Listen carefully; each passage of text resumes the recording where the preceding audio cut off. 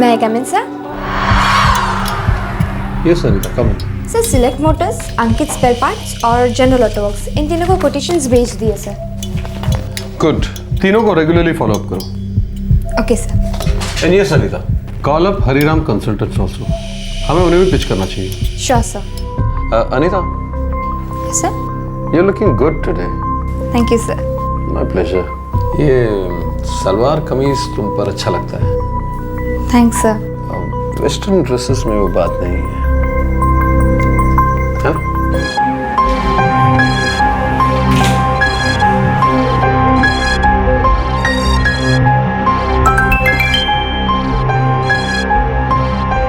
Really, salwar kameez बहुत suit करते हैं तुमको।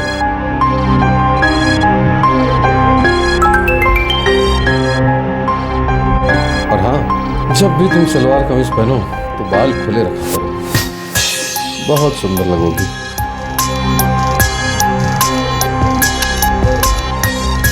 छोटे छोटे कॉम्प्लीमेंट्स, छोटी छोटी तारीफें। किसी भी महिला के लिए यह समझना बहुत मुश्किल होता है कि यह सिर्फ तारीफ है या फिर इसके पीछे कुछ छिपा है, कोई हिडन इंटेंशन। मुश्किल होता है यह पहचान पाना कि कहीं इन शब्दों में कोई दस्तक तो नहीं छुपी है। मुश्किल होता है यह समझ पाना कि तारीफों के ये पुल जिंदगी को किसी और ही रास्ते पर ले जा सकते हैं। पुरुषों के साथ कंधे से कंधा मिलाकर काम करते हुए औरतों को कई बार जुमलों और फिक्रों की गलियों से गुजरना पड़ता है, जो ज्यादातर उन्हें अच्छा तो नहीं लगता है, लेकिन उनकी समझ में यह नहीं आता है कि करें तो क्या करें। दस्तक तो सुनाई देती है, लेकिन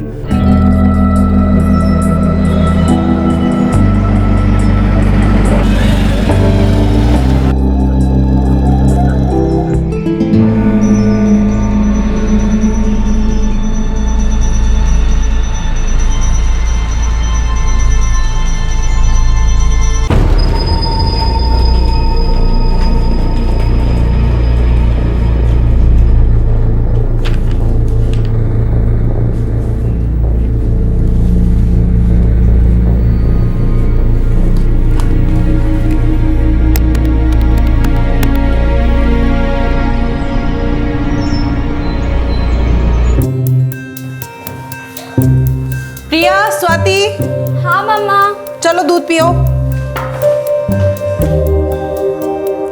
मम्मा 10th क्लास के पहले दूध पीने को मत बोलो ना। प्रिया। नो मम्मा। मम्मा मुझे भी दूध नहीं पीना है। दूध नहीं पियोगी और रात को जब पैरों में दर्द होगा तो कहोगी मम्मा प्लीज पैर दबा दो। नहीं कहूंगी मम्मा। अच्छा लव यू, बाय। अरे बाय मम्मा। प्रिया स्वाति सुनो तो। Bye, love you mamma. Bye मम्मा। संभाल के जाना। बाय। ये लड़कियां भी ना।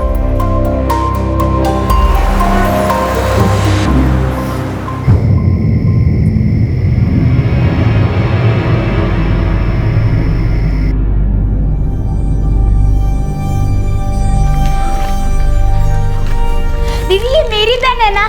ठीक है।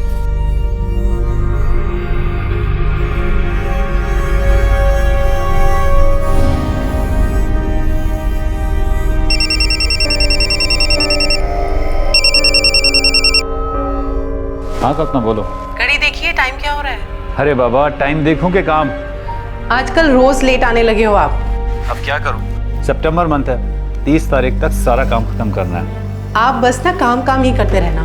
देखना किसी दिन आपकी बेटी आपको घर पर देखकर पूछेंगी मम्मा मम्मा ये अंकल कौन है। एक काम करो, एक बड़ा सा फोटो लगा दो मेरा घर पे और उसके नीचे लिख दो प्रिया और स्वाति के पापा। ठीक है पर जल्दी आ जाओ। अरे हाँ बाबा आ रहा हूँ थोड़ी देर में। बाय।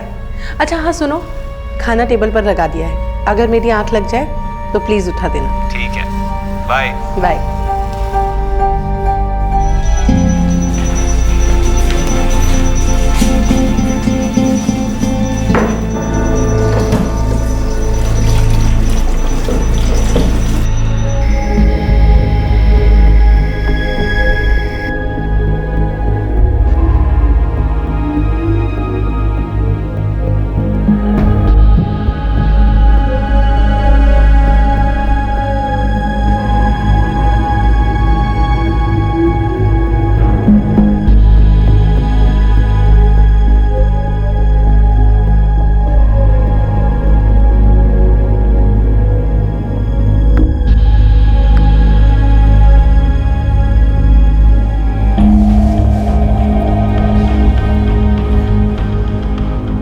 11 बज गए तो कहे क्यों नहीं।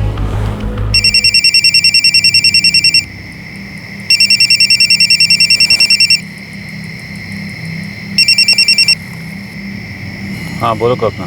घड़ी देखिए 11 बज गए। बस आ ही रहा हूँ, थोड़ा सा काम बाकी है, तुम सो जाओ। Good night. ठीक है।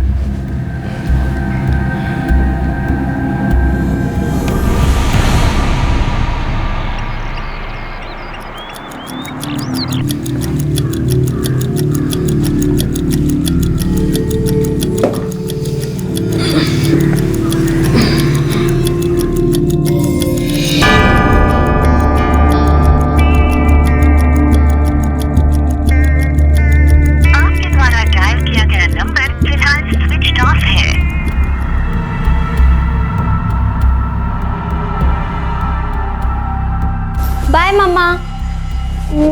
Love you mamma, bye. Bye बेटा, संभाल के जाना।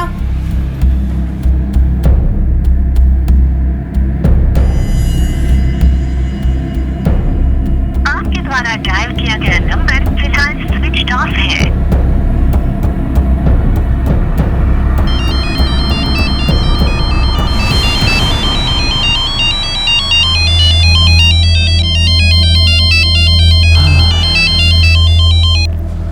हाँ कल्पना बोलो। अरविंद, नरेश कहाँ है? क्यों, घर पर नहीं आया? नहीं, रात नहीं आए, मुझे लगा लेट आएंगे। मैं सुबह से फोन करी, उनका फोन स्विच ऑफ है। पर वो तो 10:30 बजे निकल गया था। आपके साथ थे?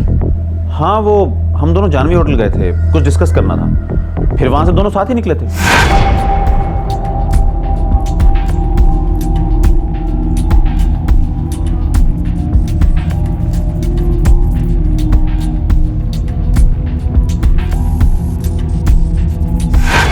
मैं सीधे घर आ गया, मुझे लगा वो भी घर ही गया होगा। 11:15 बजे मेरी आंख खुली तो मैंने फोन लगाया। उन्होंने कहा ऑफिस में कुछ जरूरी काम है। तो क्या वो दोबारा ऑफिस गए थे? पर मुझे तो उसने ऐसा कुछ नहीं बोला। अरविंद, मुझे बहुत टेंशन हो रही है। क्या आप मेरे साथ ऑफिस चलेंगे? शायद वहां जाके कुछ पता चले।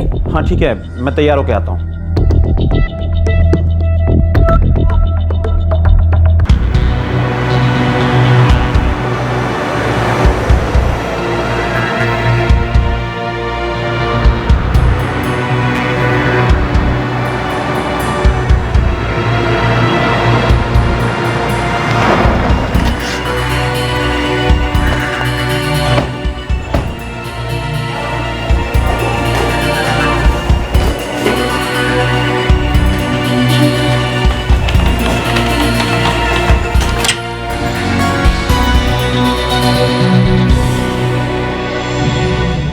मुझे नहीं लगता वो यहाँ आया होगा।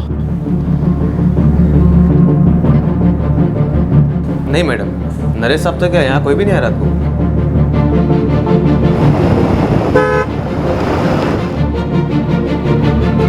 कहाँ गए होंगे? ना ऑफिस में है ना फोन लग रहा है। ऐसा पहले कभी नहीं किया नरेश ने।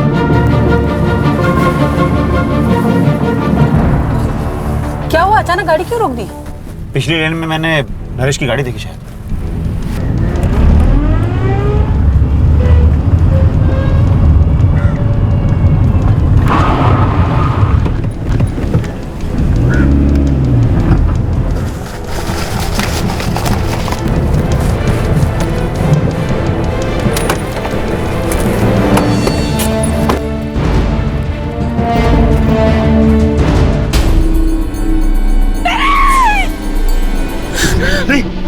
किसी चीज को हाथ मत लगाना, मैं पुलिस को फोन करता हूँ।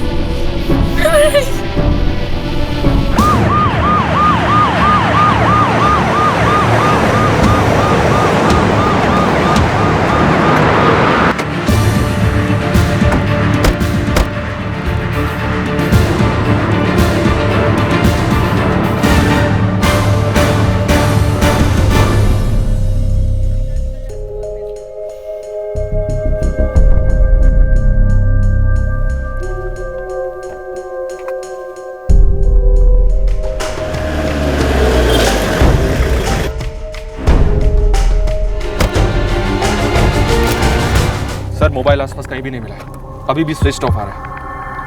बॉडी आपको कल मिलेगी पोस्टमार्टम के बाद। रात 10:30 बजे नरेश अपने दोस्त के साथ होटल जाह्नवी से निकला था और 11:15 बजे उसने अपनी पत्नी को यह कहा था कि वो जल्दी ही घर लौटेगा। लेकिन अगली सुबह उसके दफ्तर के पास ही एक सुनसान सड़क पर उसकी लाश मिली और साथ ही मिली शराब की एक बोतल और 2 ग्लासेस। नरेश के जिस्म पर किसी लड़की के बाल भी मिले और एक चाकू जो नरेश का ही था। शायद खून उसी चाकू से हुआ था। ये तो साफ है कि ये किसी के साथ बैठकर शराब पी रहा था। लंबे बाल को देखकर लगता है साथ में कोई औरत थी।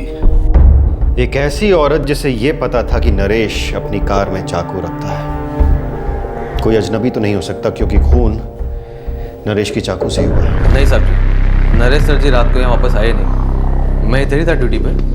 आते तो रजिस्टर में एंट्री ज़रूर करते और एंट्री के बिना अंदर कोई नहीं जाता साहब जी।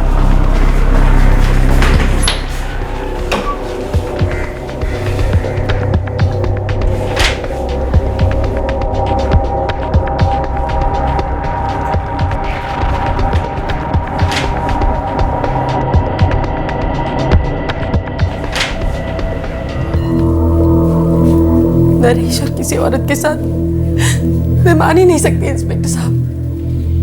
सॉरी मैडम, पर हमें उनकी गाड़ी से लंबे बाल मिले हैं और हमें शक है कि उस वक्त उनके साथ कोई औरत होगी। No sir, it's impossible. Sir मैं पिछले 12 साल से नरेश को जानता हूँ। हम दोनों एक ही ऑफिस में काम करते हैं। वो एक बहुत अच्छा इंसान था। अरविंद जी, मैंने ये कब कहा कि वो बहुत बुरे इंसान थे? मैं तो बस ये जानना चाह रहा हूँ कि उनका किसी औरत के साथ कुछ था तो नहीं? नहीं सर। यानी आप लोगों ने 2-4 पैग लगाए और फिर आप दोनों वहां से निकल गए? जी हाँ सर, अक्सर काम खत्म होने के बाद हम लोग उसी होटल में जाते थे 1-2 ड्रिंक के लिए। आए होंगे सर। नरेश भारद्वाज जी और अरविंद गुजराल जी को मैं जानता हूँ, हमारे रेगुलर कस्टमर्स हैं। रात को वो दोनों साथ में ही निकले थे।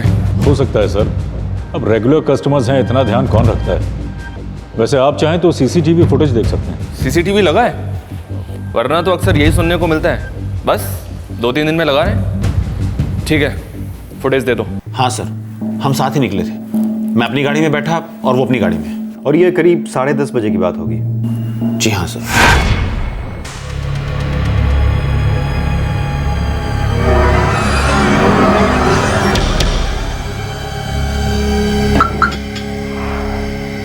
चल, see you tomorrow.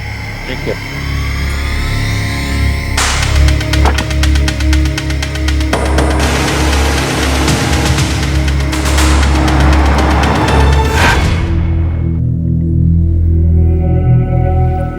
मैडम, आपको बॉडी कल सुबह मिलेगी।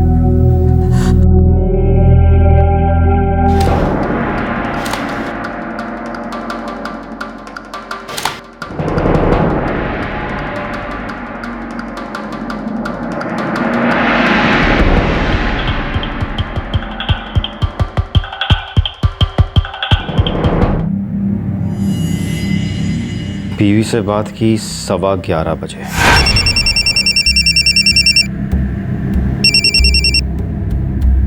हाँ बोलो कल्पना। और मौत हुई 12 और 1:30 के बीच। और तब तक वो किसी के साथ शराब पी रहा था। और फिर दोनों के बीच कुछ हुआ और गाड़ी में जो उसके साथ थी, फॉरेंसिक रिपोर्ट के हिसाब से कोई औरत थी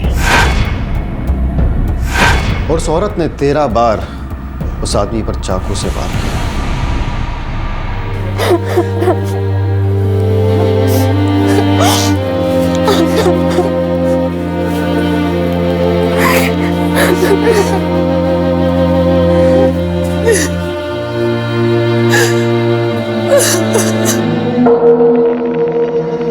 हाँ, आज ही, मतलब कल रात 12 बजे के बाद। हाँ, तू हेड ऑफिस इन्फॉर्म कर देना। Okay, bye.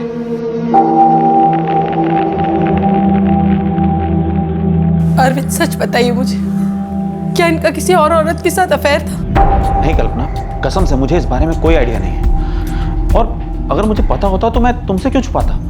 हमारी फैमिली 12 साल से एक दूसरे को जानती है। भला मैं ऐसा क्यों करूंगा?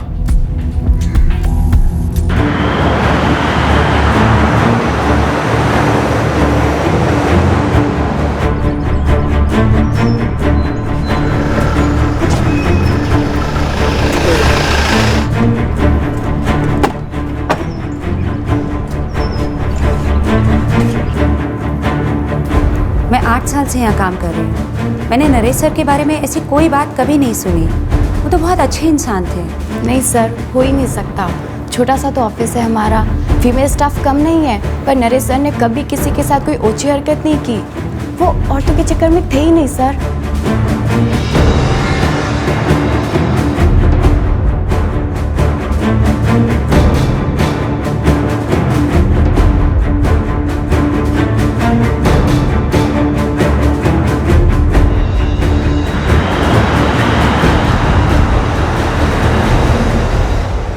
ऑफिस में किसी को नहीं पता कि उस आदमी का किसी औरत के साथ लफड़ा था।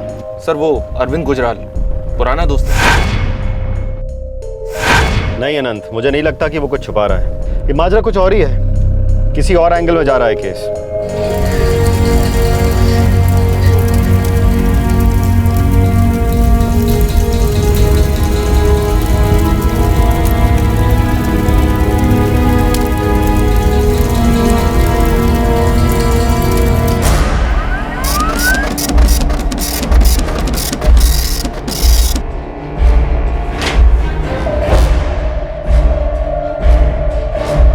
सर नरेश भारद्वाज को एक कॉल रात 9 बजे आया, तो उसकी बीवी कल्पना का। हाँ कल्पना बोलो। और फिर उसी से बात की 11:15 बजे। घड़ी देखिए। बस आ ही रहा हूँ, थोड़ा सा काम बाकी है। सेल फोन लोकेशन, पहले ऑफिस, फिर वहां से जानवी होटल के आसपास, उसके बाद शास्त्री नगर एरिया, फिर देहरादून मार्केट रोड से होते हुए रात 11:05 पर दोबारा जानवी होटल, उसके बाद ऑफिस के आसपास का वो रास्ता रात 11:15 बजे। एक मिनट 11:05 पे वो वापस जानवी होटल गया था और ज्यादा देर रुका भी नहीं। क्यों?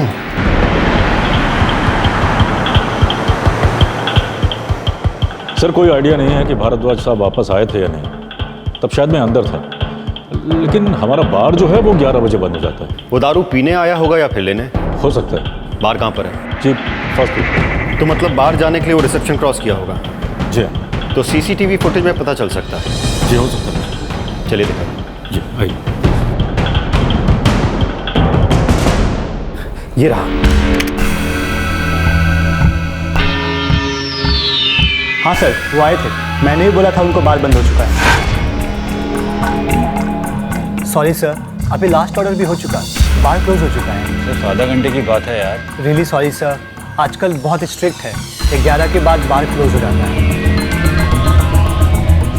हो सकता है अंदर अकेले ही आया हो, पर गाड़ी में भी तो कोई बैठा हो सकता है। अच्छा, आपके होटल के पार्किंग लॉट में सीसीटीवी कैमरा है? हाँ है ना सर। 1 सितंबर की रात की रिकॉर्डिंग दिखाइए। जी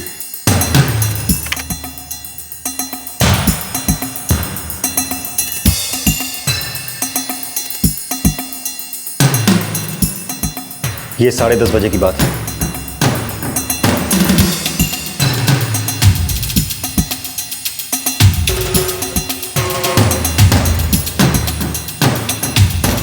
वहां देखिए सर, कोई है। 1 मिनट। ये देखिए सर, नरेश भारद्वाज के साथ गाड़ी में कोई बैठा है।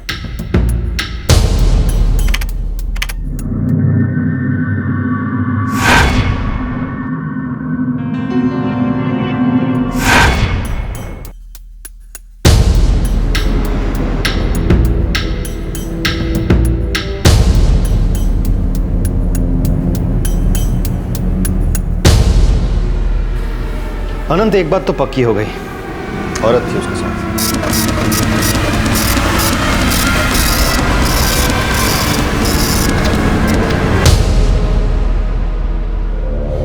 फोरेंसिक जांच में नरेश भारद्वाज की लाश पर किसी औरत के बाल मिले थे, लेकिन अब पुलिस के हाथ एक ऐसा सुराग लगा था जिससे यह साफ हो गया था कि नरेश के साथ कोई औरत थी। अरविंद के जाने के बाद उस रात दोबारा जब नरेश होटल जानवी आया, तब उसके साथ कोई औरत ही थी। कौन थी ये औरत? क्या उसी ने नरेश भारद्वाज का कत्ल किया था? लेकिन क्यों?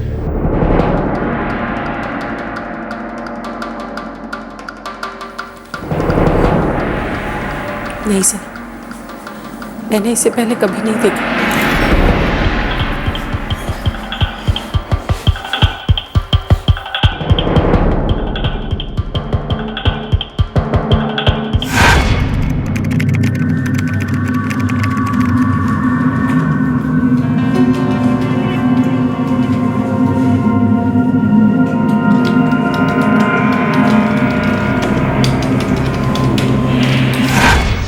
ये तो शैलजा है, हमारे डेटा कलेक्शन डिपार्टमेंट में काम करती थी। आपके स्टाफ में से?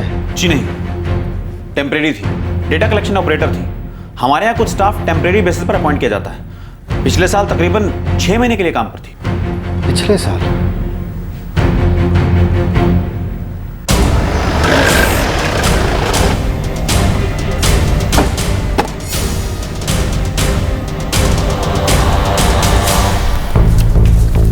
जनवरी 2011 से लेके जून 2011 तक थी शैलजा यहाँ पे, 6 महीने।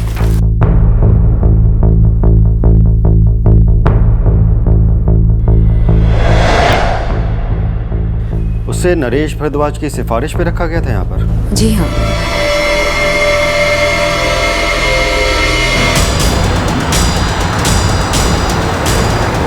सर, इस शैलजा का मोबाइल बंद है। एक्सपेक्टेड है। और सर, हमने इस भारद्वाज का सेलफोन रिकॉर्ड फिर से चेक किया। इस औरत से भारद्वाज की बीच बीच में गुफ्तगू होती थी। सोली गांव की रहने वाली है। अब एड्रेस सही निकले तो कुछ पता चले। सच बताइएगा, शैलजा का और नरेश का क्या रिश्ता था? सच में कल्पना, मुझे इस बात का कोई आइडिया नहीं। हाँ, ये सच है कि नरेश की सिफारिश पर उसे नौकरी मिली थी और तकरीबन 6 महीने तक उसने काम किया। लेकिन नरेश और उसमें ऐसा कुछ होगा, इस बात का रत्ती भर भी अंदाजा नहीं।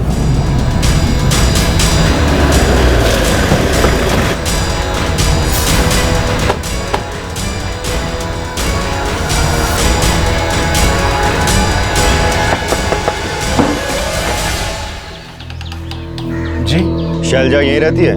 मेरी बेटी है साहब। क्या हुआ? घर पर है वो? जी, यहाँ नहीं रहती वो, खाली शनिवार और इतवार को आती है। तो फिर कहाँ रहती है वो? यहीं देहरादून मार्केट के पास, वहीं काम करती है। उसका पता? लेकिन बताओ तो बात क्या है साहब? पता बताओ।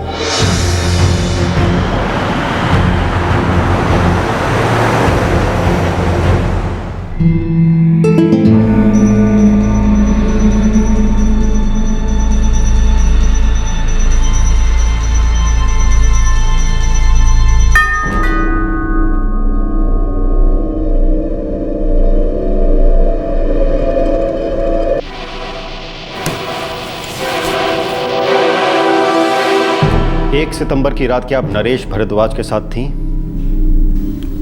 जी हाँ,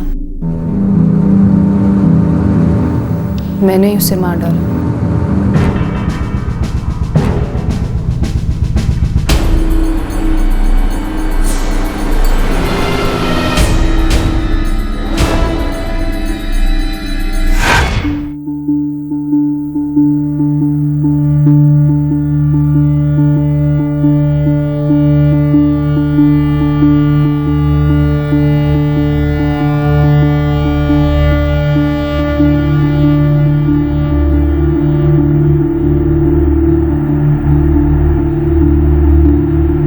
बहुत अच्छा प्रोग्रेस है तुम्हारा Selja. Thank you sir.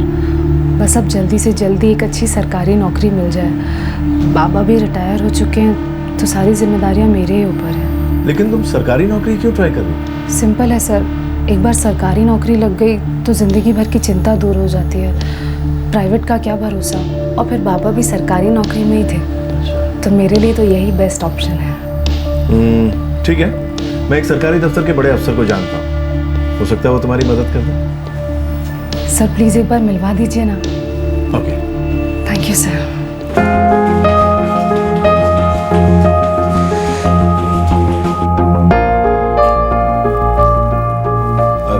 Shailaja मेरे कोचिंग क्लासेस की ब्राइट स्टूडेंट है सर।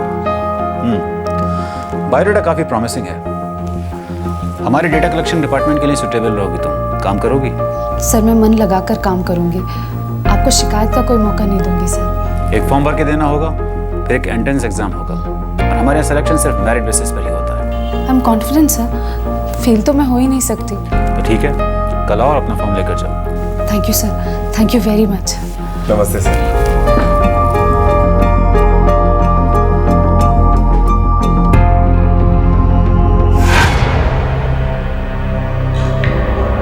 तीन दिन में ऑफिस के चक्कर काटती रही, 3 दिन। वो मुझे 3 बजे आने को कहते और शाम 6 बजे तक बिठा कर रखते।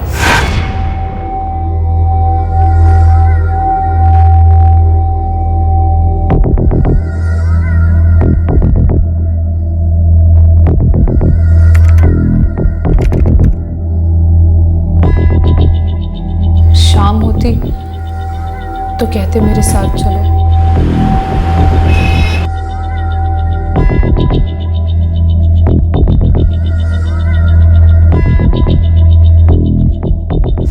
उसने फॉर्म नहीं दिया?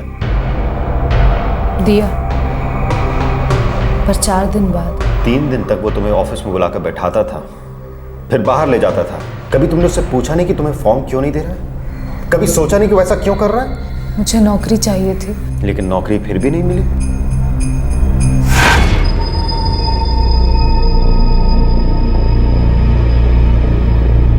मैं कम इन सर?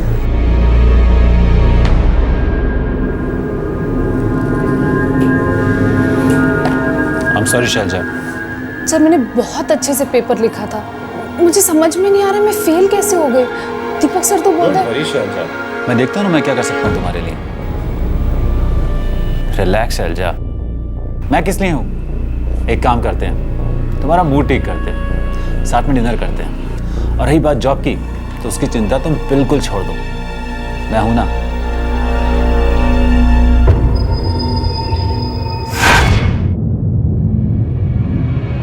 वो तुम्हें बाहर ले जाता रहा, तुम जाती रही। नौकरी चाहिए थी इसलिए तुमने उसे मना नहीं किया। बच्ची तो नहीं थी तुम? समझ नहीं आ रहा था उसका मकसद क्या है, क्या चाहता था वो? थोड़ा थोड़ा समझ में आता था सर, नजर भी आता था, पर मुझे नौकरी की बहुत जरूरत थी सर। उनकी सिफारिश से मुझे टेम्परेरी जॉब मिल गई। शैलजा, एक बात नोटिस की है तुमने? जब से तुम्हारी नौकरी लगी है, तुम्हारा चेहरा बहुत खिल गया है ना? तुम्हें खुश देखकर मैं बहुत खुश हूं। अगर कुछ गिफ्ट दूं तो मना मत करना। अब रोज ऑफिस आओगी तो तुम्हें अच्छे कपड़े तो चाहिए है ना? मुझे कुछ नहीं चाहिए था सर, फिर भी मुझे उनके साथ जाना पड़ता था। वो जो देते लेना पड़ता था। मना करती तो जिद करने लगते, पीछे पड़ जाते थे। टेम्परेरी जॉब था सर मेरा, उनकी मर्जी से था। वो चाहते तो मुझे एक्सटेंशन मिल जाता, एक दिन परमानेंट हो जाती मैं। सब कुछ जानते हुए भी तुम चुप रही, किसी से शिकायत नहीं की? किससे करती सर, और कौन सुनता मेरी तो नौकरी चली जाती।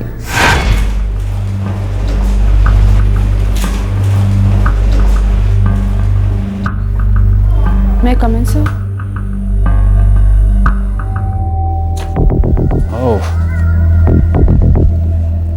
सर मुझे ये जॉब चाहिए, मुझे बहुत ज़रूरत है इसकी। शैलजा, तुम्हें काम पे रखना मेरे हाथ में था, अगर 6 महीने के बाद एक्सटेंशन देना डिपार्टमेंट के हाथ में होता। इस मामले में मैं कुछ भी नहीं कर सकता। I understand sir, thank you for all your help. आपका एहसान मैं कभी नहीं भूलूंगी। Selja,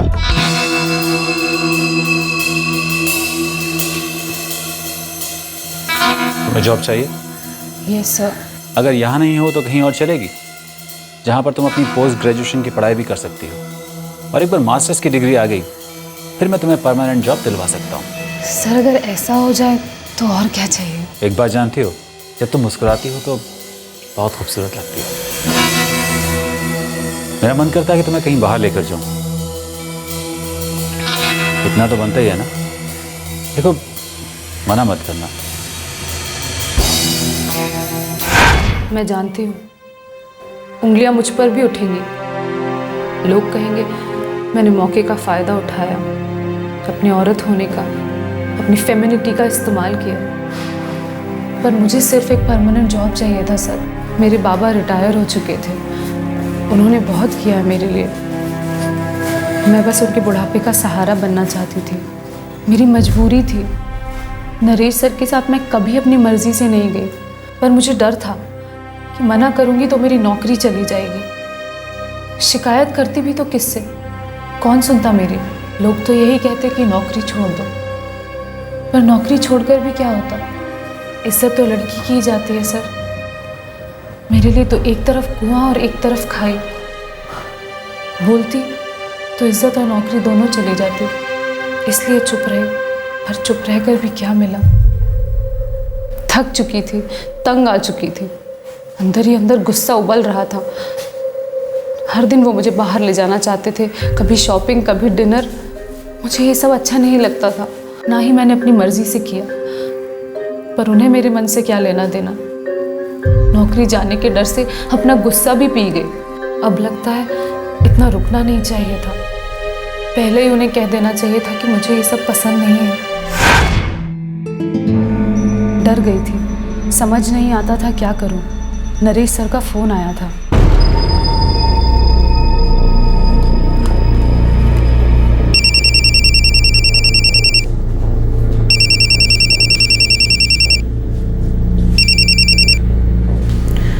good evening sir. Selja, हमें आज रात मिलना होगा। सर मैं अभी ऑफिस से आई हूँ, बहुत थकी हुई हूँ। ऑफिस अकाउंट्स पर एक इंक्वायरी आई है और ये एंट्रीज उसी वक्त की हैं जिस वक्त तुम काम करती थी।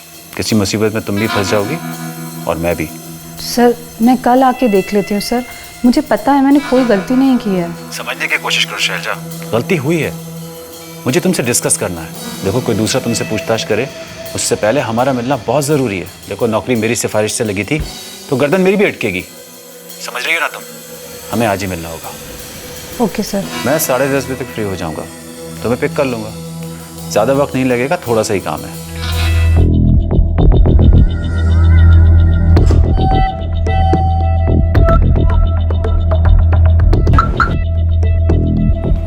चल, see you tomorrow. Take care.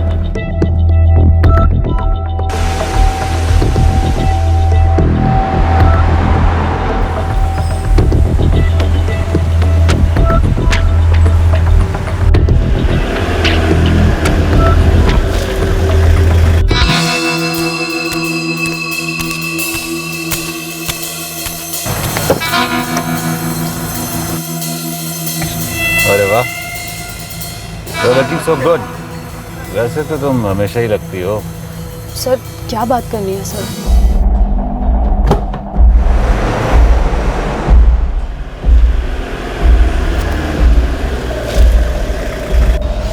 तुम यहीं रुको, मैं देख कर आता हूँ बाहर खुला है कि नहीं। सर मैं कल मिलती हूँ सर आपसे, मैं कल ऑफिस आके मिल लूँगी आपसे। ऐसी बातें ऑफिस में नहीं की जाती हैं शैलजा, तुम रुको मैं आता हूँ।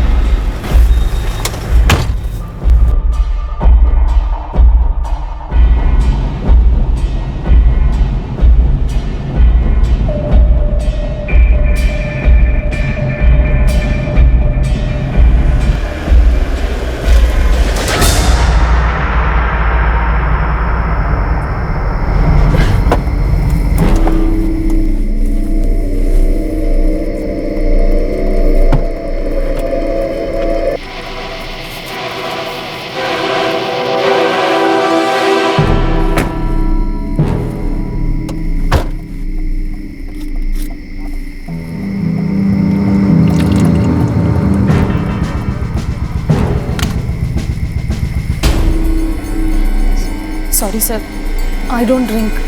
सर प्लीज़ बता दीजिए क्या डिस्कस करना है आपको। 11 बज रहे हैं, मैं घर जाना चाहती हूँ। अरे एक ड्रिंक से क्या होता है? अरे हम लोग अजनबी थोड़े ही हैं। प्लीज़। अरे मना मत करो, दो ना।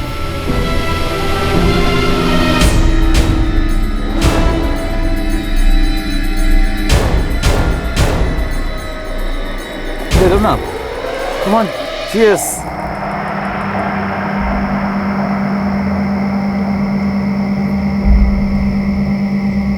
दिनेश, गुड।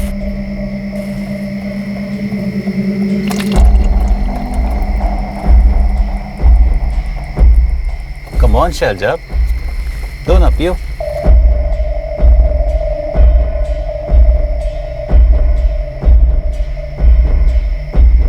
सर क्या डिस्कस करना है सर? उस रात उनका वो चेहरा सामने आया जिसका डर मुझे बहुत पहले से था। दोष मेरा ही है, गलती मैंने ही की। जब उन्होंने जॉब ऑफर किया था तभी मुझे उनकी नज़र पहचान लेनी चाहिए थी। वो गिफ्ट्स, वो डिनर, वो हेल्प, मुझे समझ जाना चाहिए था वो क्या चाहते हैं। समझ जाता था सर, पर कभी ये नहीं समझ पाई कि जो कुछ भी लिया उसकी ये कीमत चुकानी पड़ेगी। सोचा बात शायद कभी इतनी आगे ही ना बढ़े। गलती मेरी है, सोचा नहीं था जो कुछ भी हो रहा है वो रात के अंधेरे में किसी सड़क किनारे इस हद तक जाएगा। कभी सोचा ही नहीं था कि मैं उनके साथ एक ऐसी जगह पे आ जाऊंगी जहाँ चिल्लाऊं भी तो कोई मेरी मदद करने नहीं आएगा। और सर अगर चीखती चिल्लाती और कोई आ भी जाता तो उंगलियां तो मुझ पर ही उठती ना कि इतनी रात में मैं किसी के साथ हूँ। मैं बहुत डर गई थी सर, सब कुछ मेरे खिलाफ जा रहा था। मैं कुछ भी करती बदनामी तो मेरी ही होती। वैसे भी इज्जत का डर सिर्फ औरत को ही होता है। नरेश सर कार में वो कलेक्शन वाला चाकू रखते थे, 1-2 बार दिखाया था उन्होंने।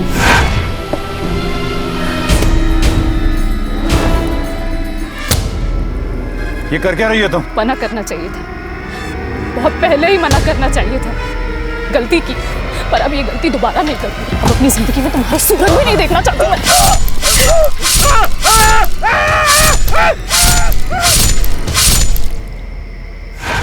मैंने उनका फोन उठाया, सिम के टुकड़े टुकड़े किए, फिर अपना फोन भी बंद कर दिया। जानती थी ये सब कमजोर कोशिश है। मैंने जो किया है एक ना एक दिन मुझे भुगतना ही है। मुझे पता था मैं पकड़ी जाऊंगी। उस रात के बाद सर आज तक अपने घर से बाहर नहीं निकली। खिड़की के पास बैठी रहती थी, डरी, सहमी सी, उदास सी। हाँ, गलती मेरी है, सारा दोष मेरा है। मैंने जुर्म किया है और मैं अपना जुर्म कबूल करती हूँ।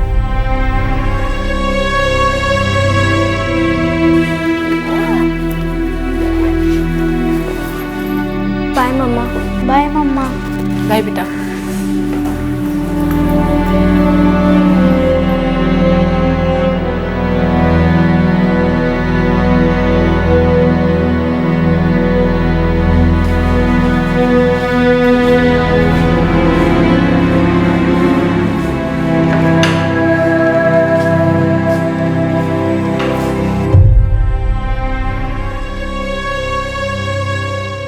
नरेश की पत्नी यकीन ही नहीं कर पा रही थी कि शैलजा की कही हुई बातें सच भी हो सकती हैं। उसे लगा कि शैलजा झूठ बोल रही है और उसके पति के खून के पीछे जरूर कोई षड्यंत्र है। वो मान ही नहीं पा रही थी कि उसका पति ऐसा हो सकता है। नरेश के कलीग्स भी बेहद शॉक थे, लेकिन अब तक की तहकीकात से किसी भी तरह की कोई साजिश की बू नहीं आ रही थी। शैलजा ने तो मैजिस्ट्रेट के सामने भी वही बयान दिया जो उसने पुलिस के सामने दिया था।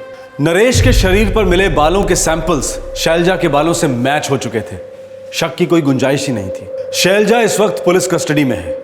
उसके जुर्म का हिसाब देश का कानून करेगा। Sexual harassment at work place, offices में होने वाला सेक्सुअल हैरेसमेंट, ये एक ऐसी समस्या है जिसे हम नजरअंदाज नहीं कर सकते। किसी भी महिला के लिए बहुत मुश्किल होता है ये पहचान पाना कि आते जाते तारीफों और जुमलों के पीछे आखिर मकसद क्या है। दुविधा ये होती है मन में, और ये हर महिला के मन में होती है कि क्या आप हर टिप्पणी, हर जुमले, हर फिक्रे को एनालाइज करें, और अगर आप ऐसा करें तो आपको हर कमेंट एक गाली लगेगा।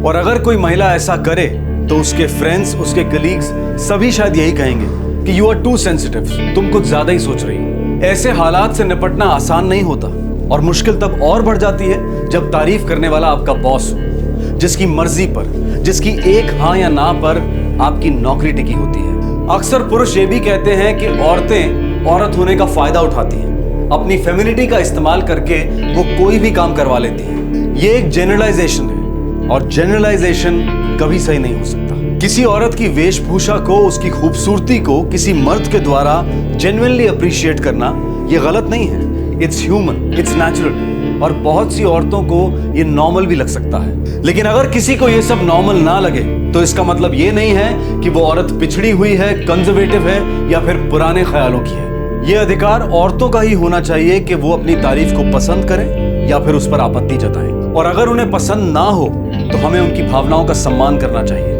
अगर किसी औरत को यह लगता है कि किसी पुरुष के फिक्रे एक ऐसी पहल है जो आगे चलकर किसी खतरनाक मोड़ तक जा सकते हैं, तो उसे चाहिए कि वो तुरंत आवाज उठाए और बात को आगे बढ़ने ही ना दे। अगर कोई लड़की किसी कॉम्प्लीमेंट, किसी तारीफ या किसी फिक्रे का विरोध नहीं करती तो इसका मतलब ये नहीं है कि वो अवेलेबल है। जरूरी है कि स्पष्ट शब्दों में, किसी को अपमानित किए बिना, उसकी ईगो को ठेस पहुंचाए बिना ये कहना कि सॉरी मुझे ये सब पसंद नहीं है, आई एम नॉट इंटरेस्टेड। जरूरी है उस शख्स से अपनी बात कहना, या फिर ऑफिस के किसी कलीग से, या फिर बॉस के बॉस से। हालांकि इस बात का डर हमेशा बना रहता है कि आपकी बात अनसुनी रह जाएगी, उसे गलत समझा जाएगा या फिर आपकी नौकरी चली जाएगी। और सभी कलीग्स की और सुपीरियर्स की भी ये जिम्मेदारी बनती है कि वो ऐसे हादसों को इस तरह से ट्रीट ना करें जैसे ये किसी एक पर्टिकुलर स्टाफ की निजी समस्या है। हमारे आज के एपिसोड की दूसरी कहानी।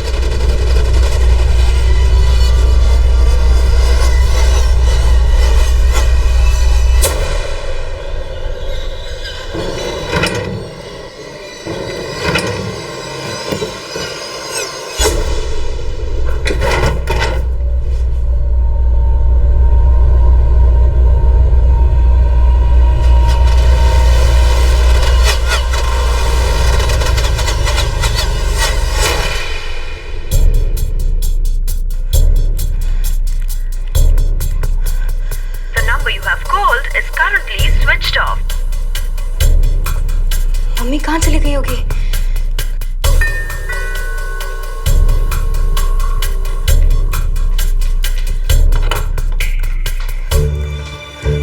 मनीष, हाँ मम्मी ने कुछ बताया था क्या? मतलब कहीं जाने वाली थी क्या? नहीं, क्यों? मम्मी घर पे नहीं है? वो तो घर पर नहीं है, तभी तो पूछ रही हूँ। कंपाउंड में मम्मी की गाड़ी भी नहीं है और अलमारियाँ भी खुली पड़ी है। क्या दीदी, कहीं घर पे चोरी तो नहीं हुई?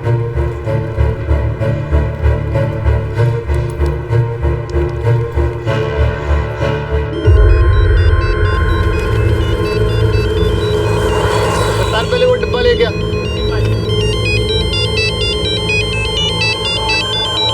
हाँ सिमरन पुत्र। मामा जी, मम्मी आपके घर आई है क्या? अब पुत्र मैं तो दुकान पे हूँ, मेरे को नहीं पता।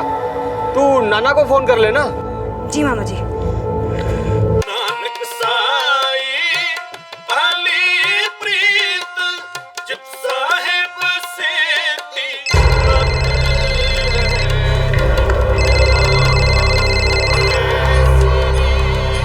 बोल सिमरन पुत्र। नाना जी, मम्मी आपके यहाँ आई है क्या? ना ना पुत्र, यहाँ तो नहीं आई। गल की है? नाना जी, मम्मी घर पर नहीं है और मम्मी की गाड़ी भी कंपाउंड में नहीं है और अलमारियाँ भी खुली पड़ी है। ओए तू ये क्या कह रही है पुत्र? जी नाना जी, तिजोरी भी खुली पड़ी है। ओए तू फिक्र न कर पुत्र, मैं तेरे मामा को लेकर आ रहा हूँ, ठीक है? एक 17 साल की लड़की अपने घर लौटी और उसने देखा कि माँ घर पर नहीं है। ना उनकी कार है, ना उनका सूटकेस है, तिजोरी भी खाली है। उसे यह भी पता चला कि माँ नाना जी के घर पर भी नहीं गई है। सिमरन और उसके भाई मनीष दोनों को चिंता होने लगी कि आखिर माँ गई कहाँ। माँ का फोन भी बंद था। क्या वो किसी काम के सिलसिले में गई थी या फिर हमेशा के लिए चली गई थी? ऐसा क्या हुआ था जिसकी दस्तक किसी ने भी नहीं सुनी थी?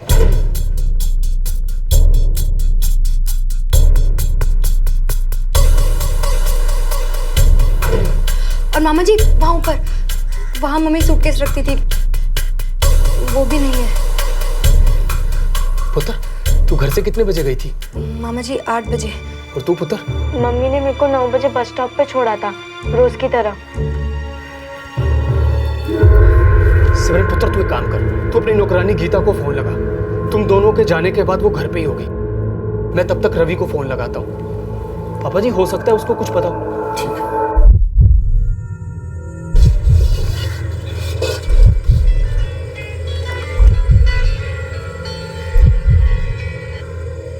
हाँ सिमरन दीदी जी।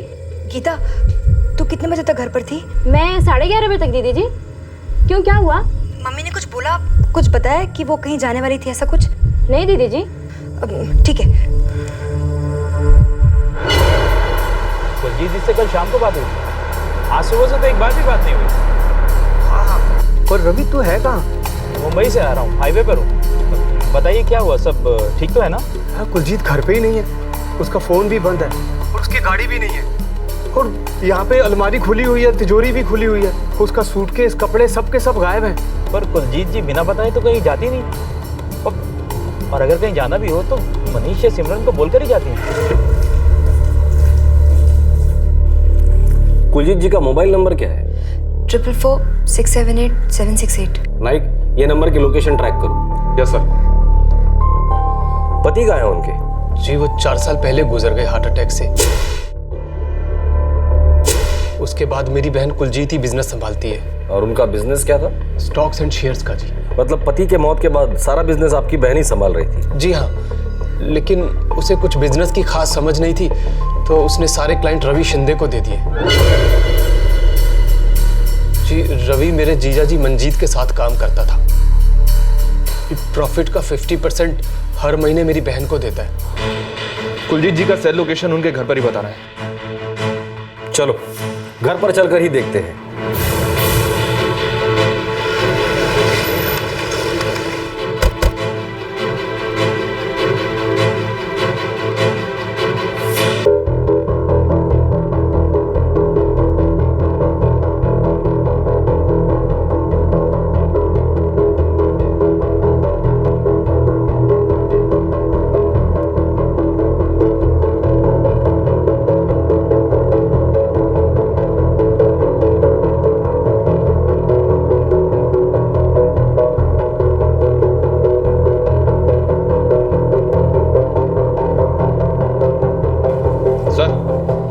अंदर कोई गड़बड़ तो नजर नहीं आ रही है। मोबाइल मिला? नहीं सर।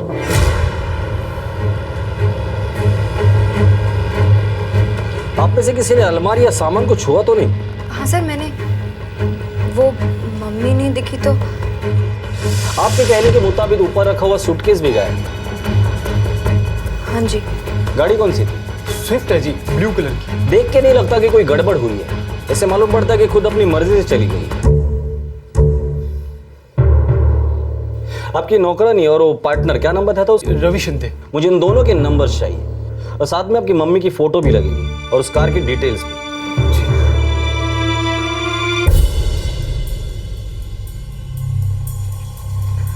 नाइक, हर पुलिस स्टेशन में इस औरत का फोटो, कार के डिटेल्स और डिस्क्रिप्शन भेज देना। Yes sir. और वो काम वाली, उसका क्या हुआ? घंटे भर में पहुंच जाएगी सर। और वो रवि शिंदे शाम को 7 बजे तक आ जाएगा। सुबह 11:30 बजे तुम घर से निकल गए? हाँ साहब, 11:30 बजे मैं काम खत्म करके चली गई थी साहब। ये मेरा रोज का ही टाइम है साहब। मैडम मैं चलती हूँ मैडम। हाँ ठीक है गीता।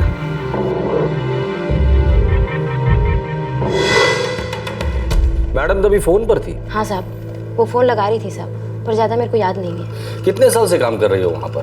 3 साल हो गए साहब।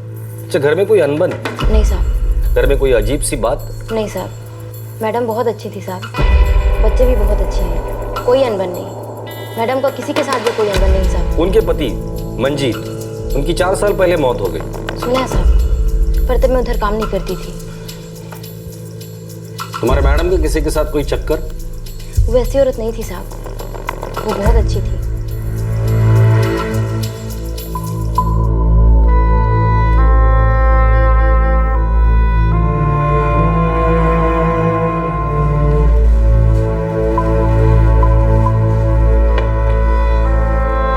मनीष बेटा, सिमरन चलो खाना खा लो। चल बेटा, सिमरन चल तू आ जा। मम्मी ऐसा कभी नहीं करती है, बिना बताए कभी नहीं जाती है, वो भी गाड़ी और कपड़े लेकर तो कभी नहीं जाती। डर लग रहा है, गहने वहने भी गायब है। कहीं कोई अनहोनी। ओए तू चुप कर, फोन ले जाना भूल गई होगी, आ जाएगी रात तक। पुलिस वालों को मम्मी का फोन नहीं मिला है। फोन का लोकेशन वो लोग घर बता रहे हैं, पर अब तक फोन नहीं मिला है उन्हें। तो बत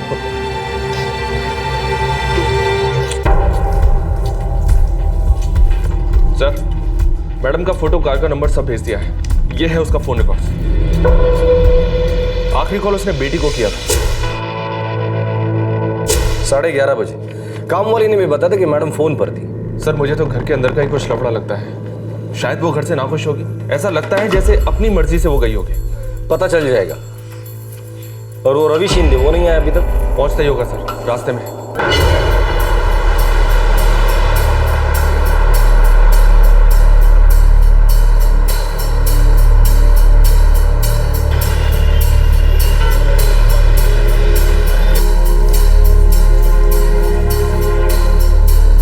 मुंबई गया था सर, काम के सिलसिले में। आप स्टॉक और शेयर्स का बिजनेस करते हैं ना? जी हाँ सर। कुलजीत जी के पति मंजीत जी की डेथ के बाद से उनका सारा बिजनेस मैं ही संभालता हूँ। एक्चुअली मंजीत जी के साथ तो मैं शुरू से ही काम किया करता था। उनकी वाइफ को बिजनेस की ज़्यादा नॉलेज नहीं थी, तो उन्होंने सारा कारोबार मुझे दे दिया। तब से मैं ही सब संभालता हूँ और हर महीने मुनाफे का 50% उन्हें देता हूँ। मतलब मिलना जुलना होगा। आपकी और कुलजीत की अच्छी जान पहचान होगी। सर, बहुत इज्जत करता हूँ मैं उनकी। उनके पति मंजीत जी से बहुत कुछ सीखा है मैंने। बहुत कर्ज है उनका मुझ पर। मंजीत जी तो अब रहे नहीं, और उनके बीवी को अगर कुछ हो जाता है तो सारा कारोबार आपके हाथ में आ जाएगा।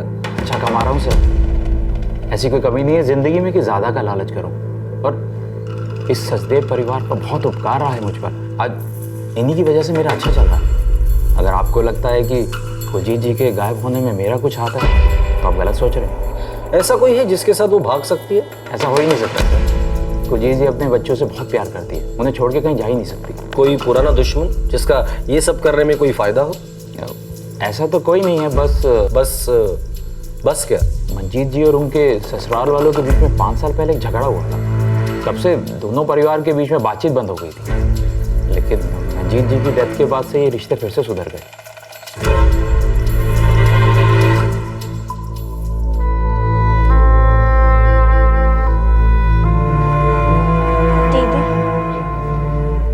ऐसे नहीं जा सकती है, हमें ऐसे छोड़ के नहीं जा सकती है मम्मी। मनीष, मम्मी कहीं नहीं गई है। मम्मी के साथ कुछ बहुत बुरा हुआ है, बहुत बुरा। मुझे भी डर लग रहा है।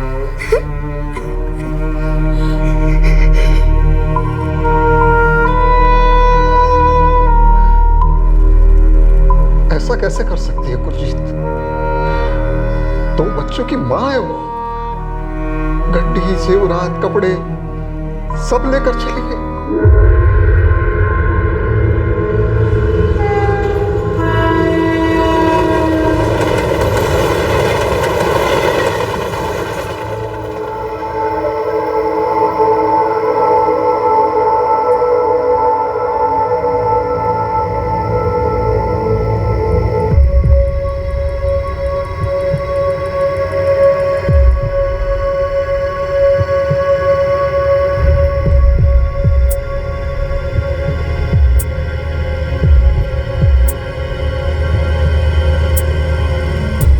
अशोक, ये ब्लू स्विफ्ट किसकी है? मालूम नहीं यार। ओवरनाइट है क्या? नहीं मालूम यार, मैं 4 बजे आया तब से गाड़ी इधर ही पड़ी हुई है। अच्छा हाँ।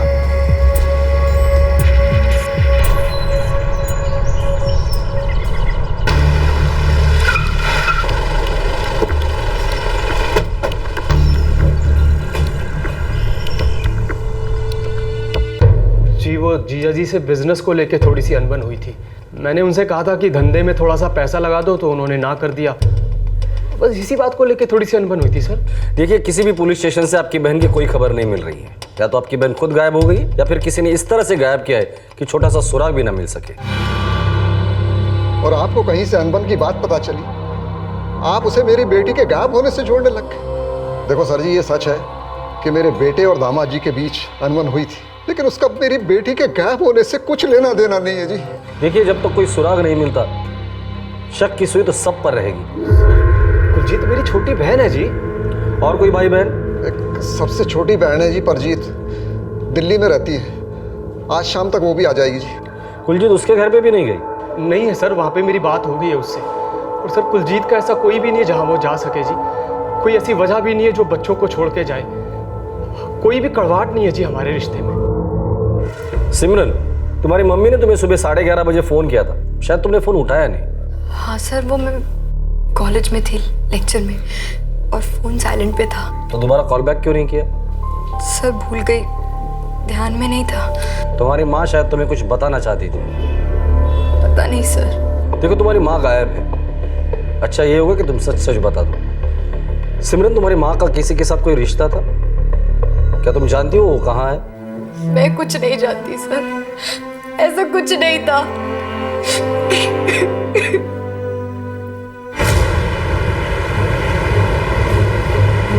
नाइक, हो ना हो इस फैमिली के अंदर ही अंदर कुछ ना कुछ तो गड़बड़ जरूर है, बस हमें वो नजर नहीं आ रही है। हेलो, हाँ ब्लू स्विफ्ट बराबर है। हाँ ठीक है, हम अभी आते हैं। एक कार मिली है सर, कलर नंबर सब कुलजीत सचदेव की गाड़ी से मिलता है। रेलवे स्टेशन के पास के पार्किंग एरिया में है। देखो ना साहब, कल से गाड़ी खड़ी है, कुछ पता नहीं चल रहा है।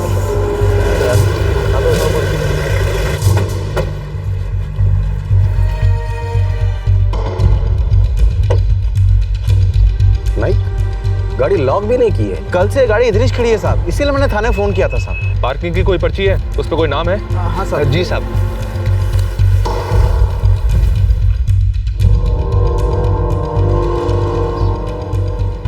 गाड़ी का नंबर तो है इस पे, लेकिन नाम नहीं है। टाइम भी कल दोपहर 3 बजे का है। उस समय तो ड्यूटी पे मैं था साहब। शक्ल देखी थी उसकी, कुछ याद है? साहब अब हर दिन इतनी गाड़ियाँ आती है, याद नहीं है साहब। नाइक, बड़ी अजीब बात है, गाड़ी लॉक नहीं की। कहीं पर भी ऐसा कोई सबूत नहीं कि जिसकी बुनियाद पर हम किसी पर शक कर सकें। पाटिल साहब, उसने गाड़ी भी स्टेशन के पास पार्क की है। गाड़ी पार्क करके शायद ट्रेन पकड़ ली होगी। मतलब अपनी मर्जी से भागी होगी? सर मम्मी ऐसे जा ही नहीं सकती, वो ऐसा कर ही नहीं सकती। अब तक जो पता चला है उससे उनके गायब होने के पीछे और कोई वजह नजर नहीं आ रही। सर जी कुछ तो गड़बड़ है। कुलजीत मेरी बहन है जी, वो ऐसे भाग ही नहीं सकती। अपने बच्चों को छोड़ के तो कहीं नहीं जा सकती है। हम उसके अपने हैं, उसकी लाइफ में कोई होता तो हम मना थोड़ी ना करते। और मैंने तो उससे कई बार कहा था जी दूसरी शादी करने के लिए। सिर्फ 36 साल की उम्र में विधवा हो गई थी वो। देखिए, अगर इसमें कोई साजिश है तो हम लोग इसे सूंघ ही लेंगे। सच का पता लगे बगैर हम लोग चुप नहीं बैठेंगे। पर अभी तक जो भी सबूत हमारे सामने है, जैसे कि खुद की गाड़ी से जाना, साथ में कपड़े और गहने लेकर जाना, कार पार्क करना, वो भी स्टेशन के सामने, ये सारी चीजें इसी तरफ इशारा करती कि उन्होंने पहले से ही तय किया था उनको कहां जाना है।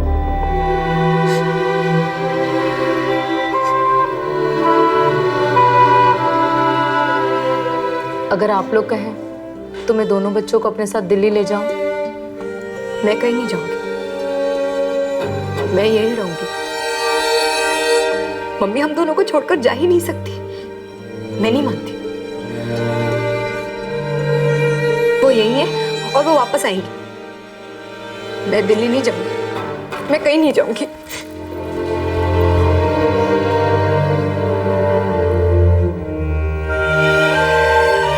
पता नहीं भाई गुरु को क्या मंजूर है। पहले जीजा जी गए और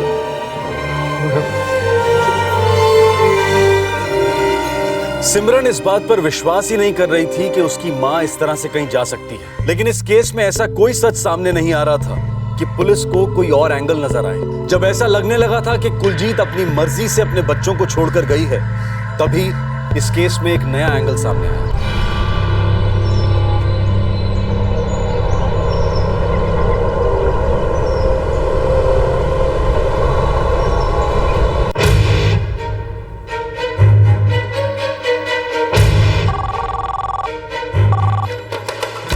हेलो, नाइक खरड़े बोलते हैं। हाँ खड़े साहब बोलिए, कैसे याद किया? नाइक घाट के पास एक बॉडी मिली है।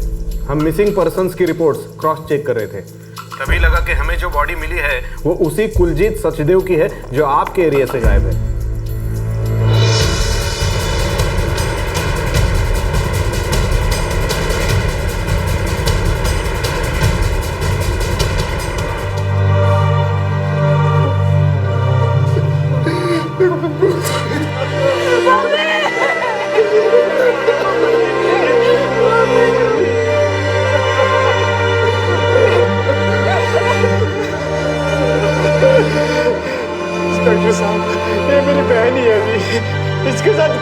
जी? क्या हो गया जी?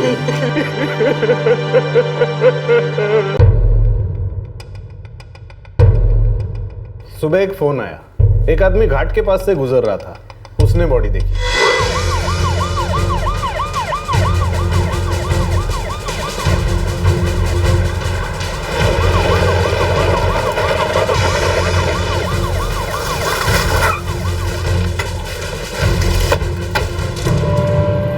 साहब इकडे बघा। पोस्टमार्टम हो गया? हाँ। स्ट्रैंगुलेशन, गला घोटा गया है किसी पतले तार या रस्सी से। मौत का टाइम? लगभग 72 घंटे पहले। मतलब हो सकता है कि मारकर लाश को फेंक दिया हो सकता है। कुछ गहने वहने मिले? घर से निकलते वो 2 सूटकेस और कुछ कपड़े और गहने लेकर निकली थी। पूरा एरिया छान मारा पर कुछ नहीं मिला।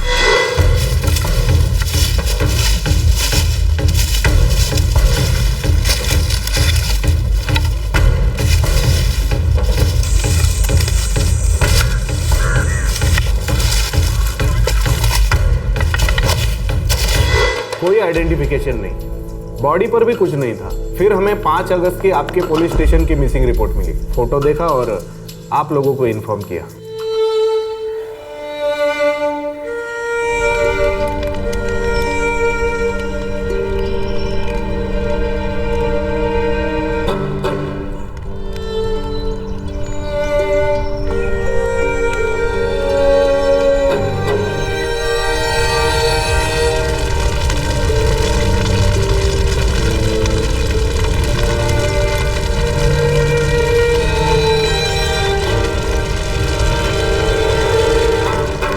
कंफर्म मर्डर, इसमें तो कोई शक ही नहीं। जिसके साथ वो भागी थी उसने पहले मारा है फिर घर लूटा, या फिर पहले घर लूटा, इसको मारा और बॉडी घाट के पास फेंक दी। कार रेलवे स्टेशन के पास पार्किंग एरिया में मिली। और पार्किंग टाइम था दोपहर 3 बजे।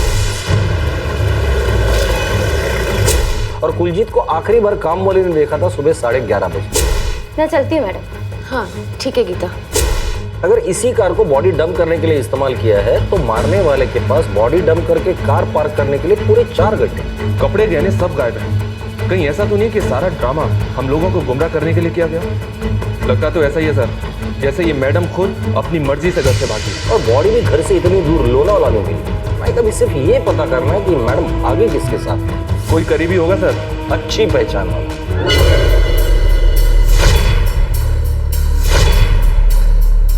इन सब के डिटेल्स निकालो, पता तो चले कुलजीत की मौत से फायदा किसका होने वाला था।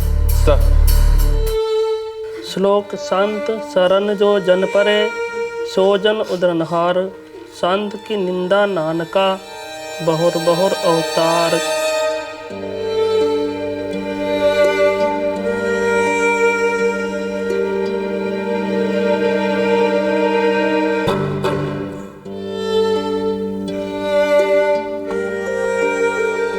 नहीं नाना जी, मैंने कहीं नहीं जाना, मैंने यही रहना है। मनीष का स्कूल, मेरा कॉलेज, सब यही है। हम दोनों यहीं पले बड़े, हमें कोई नए शहर नहीं जाना। बेटा यहाँ रहेगी तो यादें पीछा करेंगी। नहीं मौसी, हम दोनों को कहीं नहीं जाना। आप लोग प्लीज जबरदस्ती मत करो।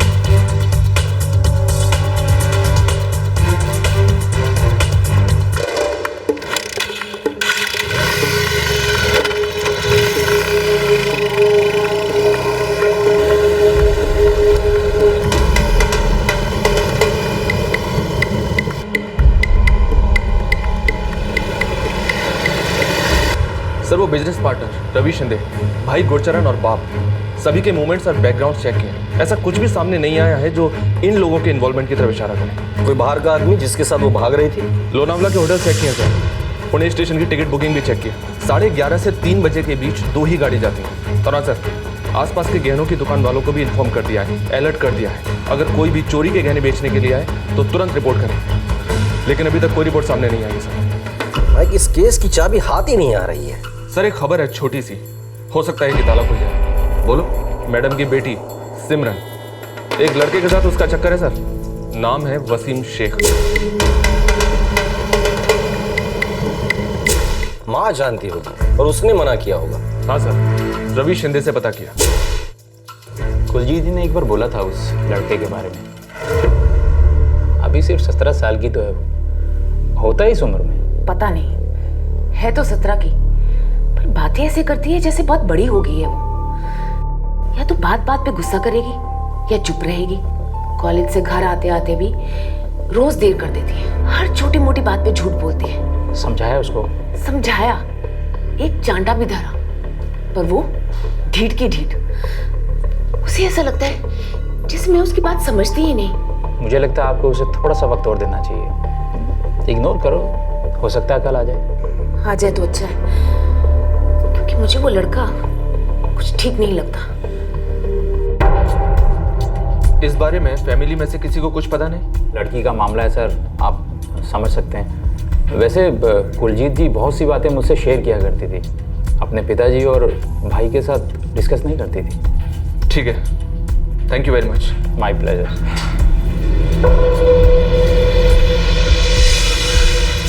सिमरन, सबसे पहले उसी ने देखा कंपाउंड में कार नहीं है।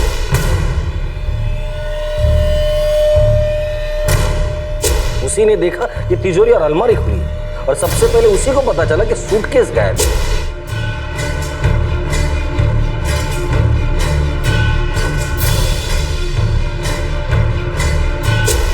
यकीन नहीं होता।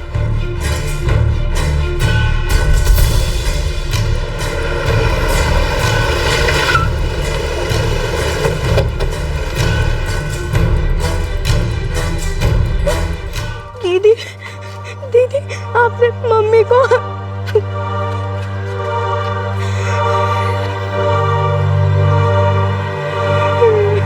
सिमरन, एक छोटी सी खबर लगी है हाथ में, तुम्हारे और वसीम शेख के बारे में। दोनों एक दूसरे से प्यार करते थे।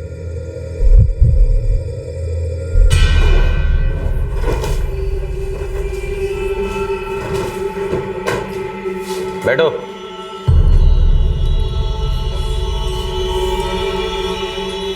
सच कहूं तो हमें तुम पर इतना सा भी शक नहीं हुआ। आखिर बेटी हो तुम उसकी, वो भी सिर्फ 17 साल की। ये तुम्हारे और वसीम के फोन रिकॉर्ड्स हैं। उस दिन मतलब 5 अगस्त को तुम दोनों एक दूसरे के साथ थे 12 बजे तक, वो भी तुम्हारे घर में। ये 4 बजे आकर कहना कि माँ की गाड़ी नहीं है, जेवर नहीं है, ब्रीफकेस नहीं है, ये सिर्फ कहानी थी जो तुमने अपने जुर्म को छुपाने के लिए रची थी, हमें गुमराह करने के लिए। बहुत घुमा लिया। सिमरन, अब सच्ची कहानी बता जो तुमने छिपा कर रखी है।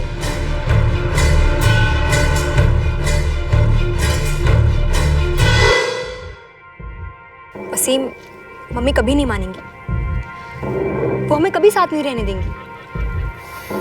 तो तू मुझे छोड़ देगी? नहीं, कभी नहीं। मैंने तेरे साथ ही रहना है। तो मैं तेरी माँ से आके बात करूं? कोई फायदा नहीं वसीम, वो हमारी बात नहीं सुनेंगी। पिछली बार बात की थी तो एक चाटा मिला और साथ में धमकी भी कि अगर मैं दोबारा तुमसे मिलने की कोशिश की तो वो मुझसे अपना नाता ही तोड़ देगी।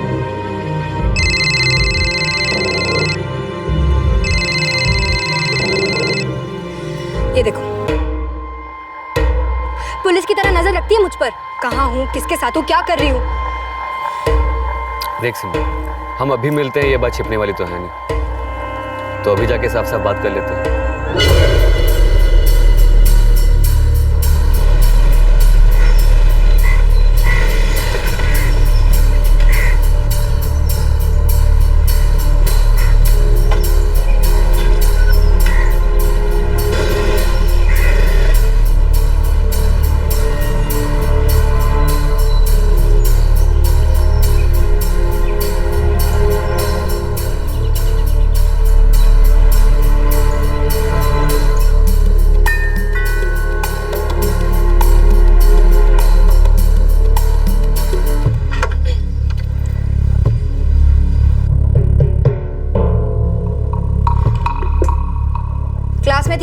और कहाँ जाऊंगी?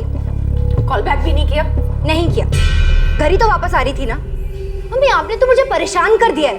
परेशान कर रही हूँ क्योंकि मैं अभी भी डरती हूँ कि तू अभी भी उस लड़के के साथ। वसीम नाम है उसका। सच बता, तू अभी मिलती है उससे? मम्मी आप समझती क्यों नहीं हो? वो मुझे अच्छा लगता है। I love him. क्या मुझे इतनी भी फ्रीडम नहीं है कि अगर कोई मुझे पसंद है तो मैं उससे आराम से बात कर सकूं? ऐसा सबक सिखाते हो उस लड़के को कि दोबारा तुम्हारी तरफ आंख उठाकर देखता तक नहीं। मम्मी आपको क्या लगता है, अगर आप हमारे साथ जबरदस्ती करेंगी तो वसीम मुझे छोड़ देगा या मैं उसे छोड़ दूंगी? आपको समझ में क्यों नहीं आता है कि हम दोनों एक दूसरे से बहुत प्यार करते हैं और एक दूसरे के लिए कुछ भी कर सकते हैं? ठीक है बेटा, तूने खाई में जाके गिरने की ठान ली है तो जा गिर। मुझ में और ताकत नहीं है कि मैं तुझे और समझाऊं। जो जी में आए कर। और एक बात याद रख, अपने मन की करेगी तो इस घर से तुझे कुछ नहीं मिलेगा, कुछ भी नहीं। बाहर जाएगी, धक्के खाएगी, तब जाकर अक्ल आएगी। और जब अक्ल आएगी कोई रास्ता नहीं बचेगा।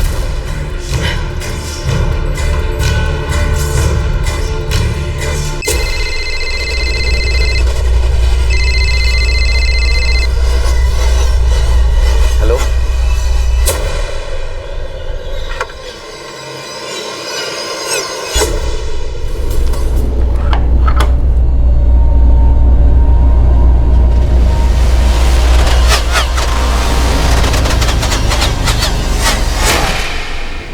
वो हमें कभी साथ नहीं रहने देगी और अगर मैं तुम्हारे साथ रही तो मुझे इस घर से कुछ नहीं मिलेगा। ऐसा कहा मैंने।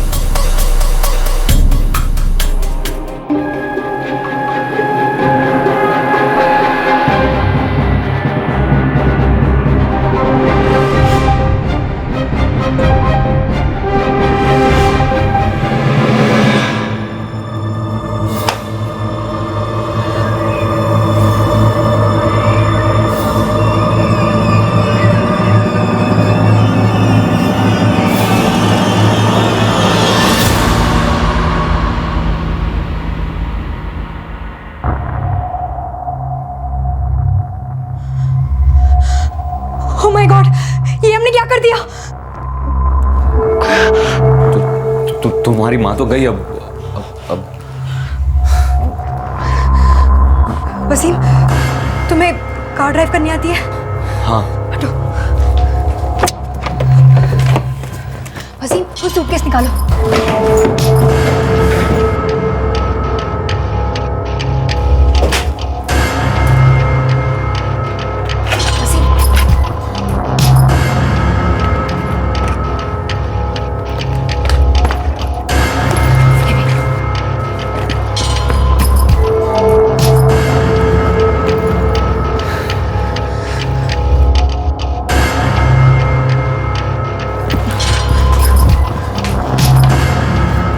वसीम, इसे यहीं पर ही तोड़कर फेंक दो।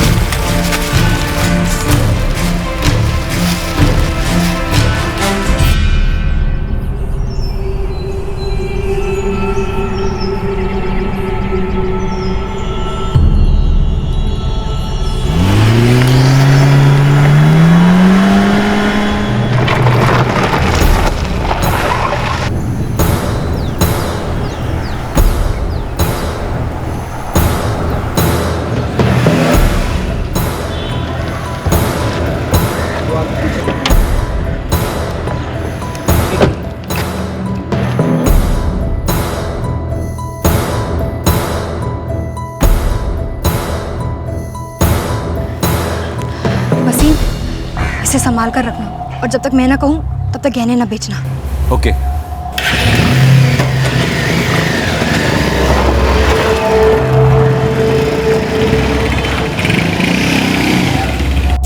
ये 18 साल का है, तुम 17 साल की, बालिग भी नहीं हो दोनों। सिमरन वो माँ थी तुम्हारी, पर फिर भी वो मेरी फीलिंग्स नहीं समझ पा रही थी, इसलिए तुमने उसे मार डाला। तो और क्या करती मैं, और कोई रास्ता नहीं था मेरे पास। मुझे जो चाहिए था वो चाहिए था, बस। वो मुझे कभी नहीं समझ पाती। तो अब जो तुम्हें चाहिए था वो मिल जाएगा। अपने माँ को मार कर समझा ले अपनी बात को, अपने भाई को क्या समझाओगी, और वो क्या समझेगा जब उसे ये पता चलेगा कि तुमने उसकी और खुद की माँ को मार डाला है। सिमरन, तुम्हें क्या लगता है ये सब करने के बाद तुम दोनों अपनी जिंदगी जी पाओगी? कोई खुशी मिलेगी किसी को भी?